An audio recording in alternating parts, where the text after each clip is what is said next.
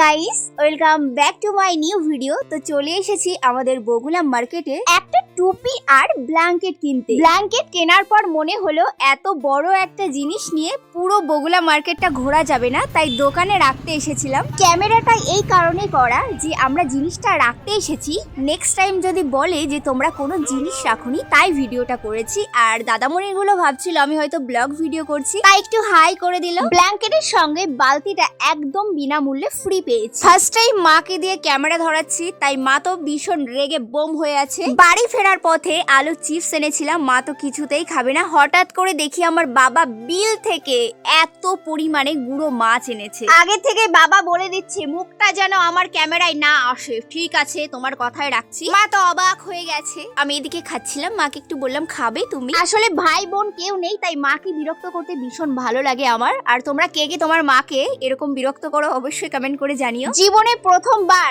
এই যে first time on ক্যামেরায় গামলায় করে ভাত খাচ্ছি, দারুণ টেস্ট।